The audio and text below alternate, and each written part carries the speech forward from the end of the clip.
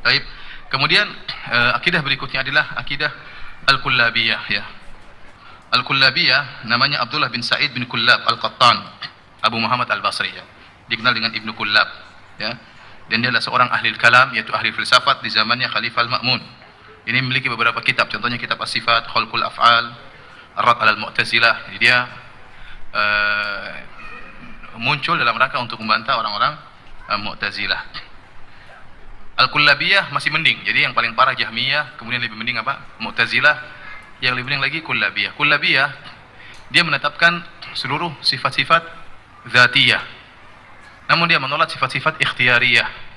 Sudah kita jelaskan apa bedanya sifat fi'liyah, sifat dzatiyah dengan sifat ikhtiyariyah atau fi'liyah. Ada istilah namanya sifat ikhtiyariyah sama dengan sifat fi'liyah. Sifat ikhtiyariyah sama dengan sifat fi'liyah. Dan ada namanya sifat dzatiyah. Bedanya apa antara sifat dzatiyah dengan sifat fi'liyah? Tolong dengar kajian seri kedua ya. Tapi saya ingatkan, namanya orang suka lupa ya.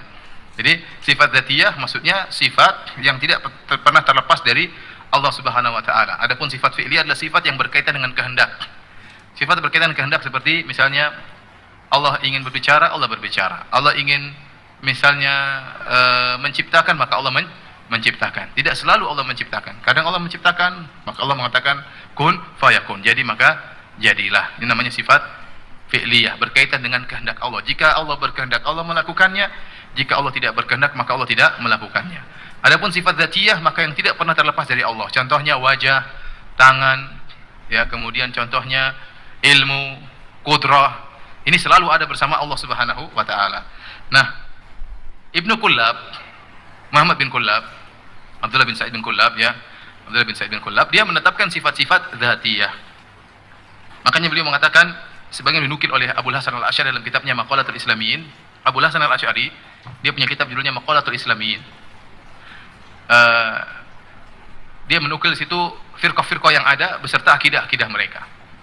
Makanya dia nukil tentang Ibnu Kullab. Dia sebutkan tentang akidah Ibnu Kullab, kata Al-Asy'ari, qala Abdullah bin Kullab, berkata Abdullah bin Kullab, lam yazalillahu aliman qadiran hayyan sami'an basiran azizan aziman jalilan mutakabbiran jabbaran kariman jawadan wahidan samadan fardan baqiyan awalan rabban ilahan muridan karihan radiyan, ya, dan seterusnya. Kata dia, Allah senantiasa ya maha kuasa, senantiasa hidup, senantiasa berilmu, senantiasa mendengar, senantiasa melihat, senantiasa agung ya, dan seterusnya. Jadi sifat-sifat ini ditetapkan oleh Ibnu Kullab. Kemudian juga dia berkata, utlikul yada wal aina wal wajh khabaran li'anna Allah atlaqa dzalik. Kata Ibnu Kullab, aku menetapkan sifat tangan, sifat mata dan sifat wajah bagi Allah. Karena demikianlah Allah menetapkan sifat-sifat tersebut. Wala utliqu ghairahu, dan aku tidak menyebutkan sifat yang lain. Kalau Allah tidak sebutkan, maka tidak kita sebutkan ya. Contohnya Allah tidak mengatakan bahwasanya matanya ada alisnya, contohnya tidak ada. Kita tidak bisa menetapkan hal tersebut. Karena Allah Subhanahu wa taala tidak menyebutkan, Allah hanya menyebutkan Allah punya mata ya. Tetapi bagaimana penjelasan tentang bagaimananya sifat mata secara detail, maka tidak disebutkan, maka tidak bisa kita mengira-ngira. Tidak bisa kita mengira-ngira. Dan kita tidak boleh membayangkan mata Allah seperti mata makhluk. Tetapi Ibnu Kullab menetapkan sifat-sifat tersebut.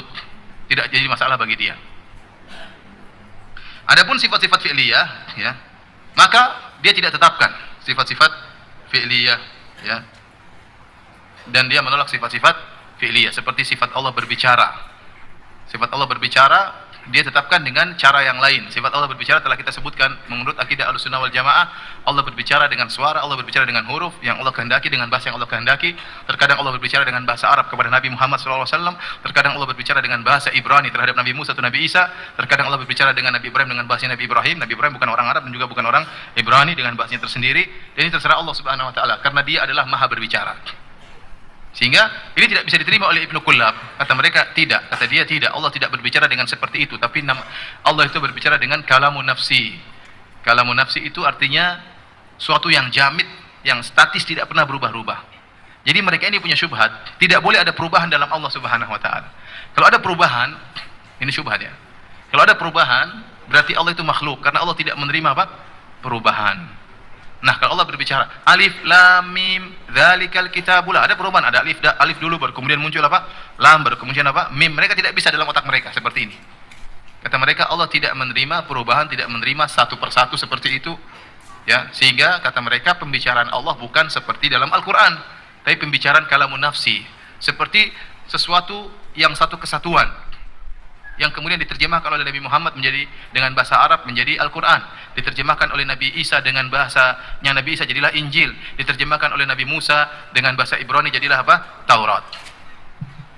Ini tidak benar ya. Kita bilang Allah Maha berbicara. Kenapa mereka menolak sifat Allah berbicara seperti ini? Kata mereka, karena kalau kita bilang Allah bilang ngobrol sama Nabi Musa, wahai Musa, apa yang ada di tangan kananmu? Kata Nabi Musa, ini tongkatku ya Allah. Kata Allah, lemparkan. Nah ini seakan-akan ada sesuatu yang baru muncul dari Allah. Allah berbicara dengan sesuatu yang sebelumnya belum ada pada Allah pembicaraan tersebut. Maka ini sifat-sifat makhluk. Sehingga mereka mengatakan tidak boleh ada huruf dalam pembicaraan Allah Subhanahu wa taala. Tapi yang ada adalah pembicaraan yang jamid, yang statis, tidak boleh ada perubahan karena Allah tidak boleh ada perubahan di dalamnya. Kita mengatakan ini pendapat yang batil, yang benar. Yang tidak boleh ada perubahan itu apa? Kalau Allah dahulu nggak bisa bicara, terus bisa bicara, itu yang tidak boleh. Tidak boleh Allah dahulu tidak bisa bicara, kemudian bisa bicara. Itu yang tidak boleh. Tapi kita mengatakan Allah sejak zaman azali, qadim, Allah sudah bisa berbicara. Tapi pembicaraannya terserah Allah Subhanahu wa taala, mau bicara apa terserah Allah. Nah, mereka tidak bisa Allah berbicara dengan apa yang Allah kehendaki, tidak boleh. Kata mereka pembicaraan Allah tidak pernah berubah. Sehingga dari dahulu, dari zaman azali sampai sekarang pembicaraan Allah itu aja, nggak boleh berubah.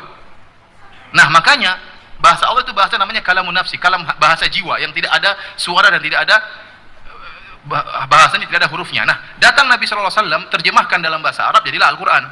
Sehingga mereka meyakini Al-Quran ini bukan firman Allah tapi bahasanya Nabi Muhammad. Datang Nabi Isa diterjemahkan kalam Allah yang nafsi, bahasa jiwa tadi diterjemahkan dengan bahasa Nabi Isa jadilah Injil. Datang Nabi Musa menerjemahkan dengan bahasa Ibrani jadilah Taurat. Paham? Ini pendekatan orang Asy'ariyah juga seperti ini, sama seperti Kullabiyah. Ini batil.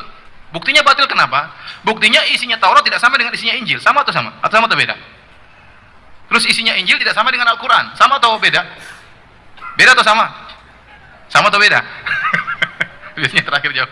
Nah, kalau itu beda. Nah, kalau katanya Al-Quran terjemahannya bahasa Allah, Injil terjemahan bahasa Allah, Taurat harusnya kalau terjemahannya sama semua dong. Tapi ternyata isi Taurat tidak sama dengan isi apa? Injil. Isi Injil tidak sama dengan isi apa? Jadi mereka, ini syubhat aneh, tapi ya begitulah perkataan mereka. Paham sampai di sini? Benar? Sudah makan belum tadi? Insyaallah. Kalau nggak paham tanya ya. Jangan kena syubhat tentunya.